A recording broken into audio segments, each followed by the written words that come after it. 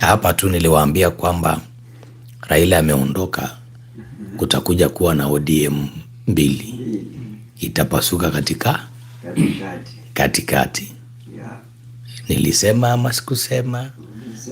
If you do remember, let me see your hand down there on the comment section. Nione tu mkono yako hapo down there on the comment section. If you remember, I said kutakuwa na ODM A na ODM B. ODM sijui ni ODM A. ODM A ilikuwa Mombasa majuzi. Na ODM B ikaenda hiyo Mombasa Sunday. Unaona sasa? Unaona sasa hali ilivyo. So sasa hivi President Ruto, huwezi jua sasa hivi ni kama ako ODM A. Sasa huwezi jua atamalizia wapi, ODM A ama B. Na ndio maana nawaambia Wakenya wasiweke siasa sana kwa roho. Wasijaribu kuchukiana kwa misingi ya siasa na kikabila, kwa sababu Kenya tunaijua na siasa ya Kenya tunaijua. Vitu huwa inapinduka. Vitu huwa inapinduka. Unaweza ukasikia mtu sasa hivi anasema Kasongo, kesho kutwa akawa anamuita the same Kasongo Mheshimiwa Rais. Mheshimiwa mtukufu Rais.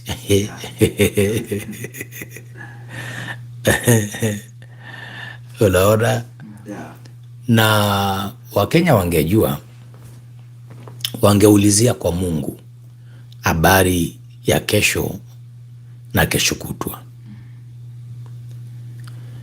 Wasibase sana katika siasa, sababu unajua wanasiasa wa Kenya wengi pa sasa wanatumia any tool. Any tool that they can use, Jeremy, they can use it to gain umaarufu ambaye itamfikisha kwa table baadaye, kwa meza. So kitu hata kama ni mbaya ata make sure ameitumia. Kwa mfano tribalism, ukabila. Na hii yetu tumeiona Kajiado ya Mlango. Mlango ya clans.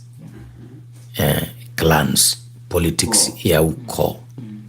Sijui clans hii ni ukoo gani, sijui nini. So akiona hiyo ndio ya kushikilia, anashikilia. Mwingine akiona hii ni ya, lakini Wakenya wenyewe wanafaa kuwa makini sana. Unaweza ukapata eneo fulani wanaye mbunge mzuri sana, lakini kwa sababu ya ukabila na chuki wakamtoa ule mbunge. For example, this is something ambaye ita take place sana Mount Kenya. Utakuta kwa sababu ya misingi hiyo mbovu, wana kiongozi mzuri sana lakini wanamtoa. Wana governor mzuri sana lakini kwa sababu ya bad politics wanamtoa. Wanamweka the worst. Sababu siasa ya ukabila na migawanyiko pa sasa hakuna siku itatuletea viongozi wazuri.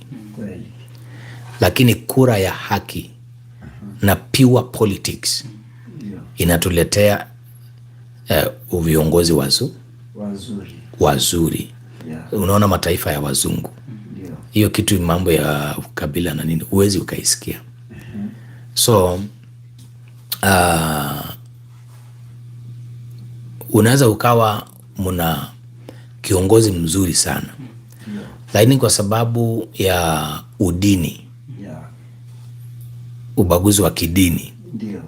Mkampoteza ule kiongozi. Sababu ya siasa ya milango ukoo.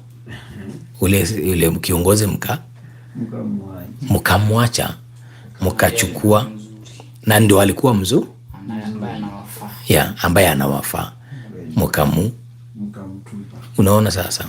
So hiyo ndio inakuwaga matunda ya bad politics. Ya bad politics. Bad politics always itakuletea kiongozi ambaye si mzuri. Si mzuri. So ninajua tunaendelea kuombea taifa hili kwa sababu naona watu wengi wanakumbuka nikisema ODM itakuwa divided, itapasuka katikati. Sasa uwezi jua hii ndio ODM gani ama hii ni gani, lakini wote ni ODM. Wote wakisimama wanaimba baba. Lakini nilisema aje? Nilisema baba ataondoka bila kabla hajapanga nyumba yake. Na ataondoka ghafla. Nyumba yake ndio hii tunaiona leo. Ndio hii tunaiona leo. Unaona? So watu wa Kenya wasiweke mabishano ya kisiasa sana kwa moyo, sababu vile vitu vimekuwa vikipinduka katika nchi ya Kenya, hivyo ndio itaenda kupinduka baada ya hii election. Ahead of this election and after this 2027 election, vile mambo imekuwaga ikipinduka katika nchi ya Kenya, unaona. Lakini watu wanatakiwa waombe sana viongozi ili wasiapishwe kama Kibaki. Alipoingia, wasiapishwe kama Kibaki alipoingia. Wasiapishwe kama Kibaki alipoingia. So wanatakiwa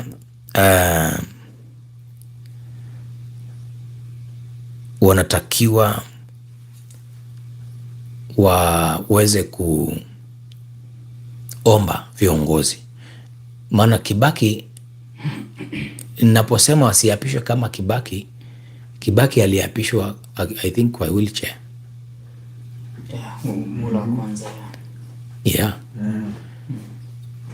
The coming of Kibaki, a million. Hakuwa anaweza hata kugeuza shingo. Ndio. Aliapishwa akiwa kwa wheelchair.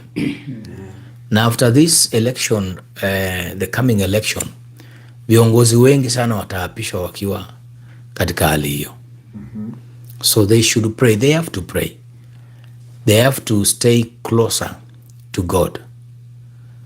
Maana viongozi wengi wataapishwa katika hali ile. Na unajua watu wengi ukiwauliza kwa nini Kibaki aliapishwa akiwa kwa wheelchair, watu wengi watakuambia ilikuwa ni ajali. Lakini mimi kama prophet ukiniuliza, nitakuambia it was an attack. It was not an accident. It was an attack. Actually, ni vile Mungu alimchagua na kumruhusu atawale nchi kwa wakati huo. Isingekuwa hivyo, angekufia huko. Angekufia siku hiyo hapo. Maana ilikuwa ajali mbaya sana. Angekufia hapo. It was an attack. Life is so spiritual. So watu wanaweza wakasema ilikuwa ni accident. But no. It was not just an accident. Ilikuwa ni attack kubwa sana. Attack kubwa sana. Ilikuwa ni attack kubwa sana. Na uwezi ukasema Raila ndo alimloga. Sababu Raila alikuwa saidi yake. I think. Raila alikuwa saidi yake.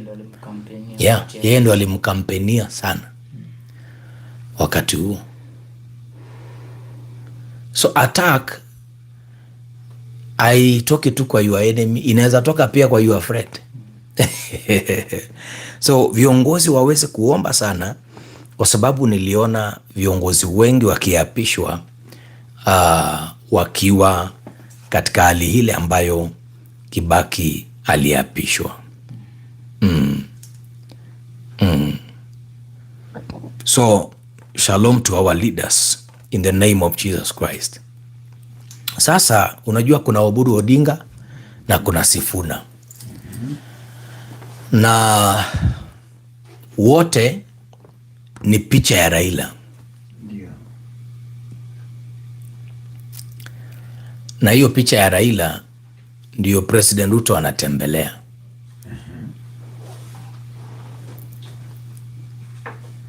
Sasa kwa hiyo picha ya Raila kuna face hapa mbele, uso, na kuna kisogo. Sasa kisogo ni nani kati ya kina Sifuna na kina Oburu? Ni nani? Na saa hizi unaona hii kuna Linda Mwananchi, hii hapa kuna hii, hapa kuna hii, vyama vingi vitatokea. Unaona? Yeah. Lakini unajua sasa hivi tayari Mungu ameshachagua magavana, maseneta, wabunge. Ni sisi tu tunahangaika sometimes blindly. Unaona? So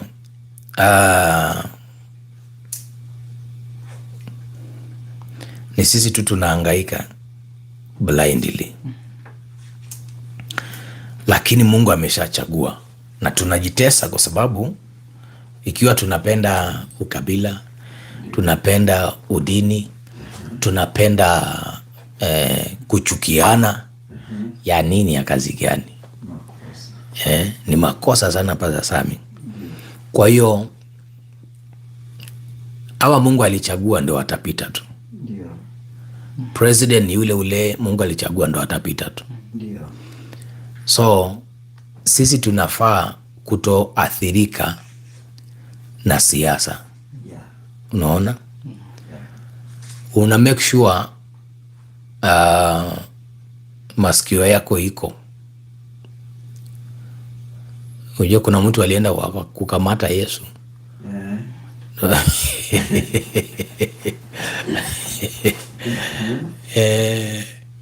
Masikio yake ikaenda chini. Na kumbe baadaye huyu tu ndi Mwokozi. Hivyo anaenda kumshika, kwenda kumutesa. So wale wa ODM nataka niwaambie tu, sijui niwaambie saa hii, mwenye nyumba kwa nini hakupanga nyumba yake? Kwa nini Raila hakupanga nyumba yake? Nilisema ataenda ghafla bila kupanga nyumba yake. Na kwa nini hakupanga nyumba yake? Pastor Sami, ni kwa sababu alienda na nyumba yake. Ni kweli. Alienda na nyumba yake. Na mtu mtamuuliza ni na nyumba yake. So saa hizi hata ishikiliwe kama mayai, hata ifanyiwe aje, hata ifanyiweje, basi mwenye nyumba alienda na nyumba yake. Alienda na nyumba yake. There is no ODM without Raila. Kwa mfano sasa hivi Sifuna atakuja kupata cheo kubwa. Lakini akishapata basi ni hivyo. Kina Oburu, toa Oburu. Kuna wengine kuna wengine kwa sababu nilimwona Oburu na Museveni Bujumbura wakiwa kwa disco wana dance. Yeah, so toa Oburu, maana Oburu nilimwona na Museveni Bujumbura walikuwa wana dance. Kwa hiyo wakati huo hawa wengine kina Joho, kina nani, hawa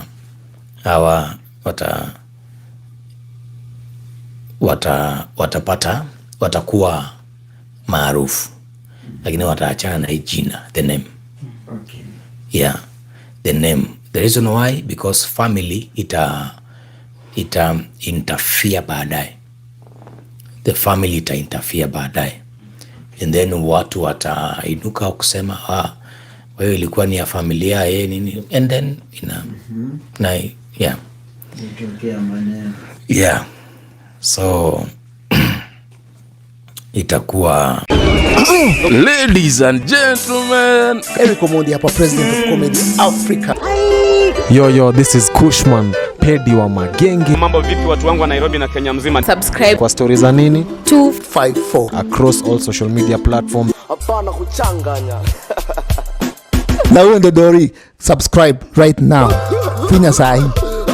Wewe finya.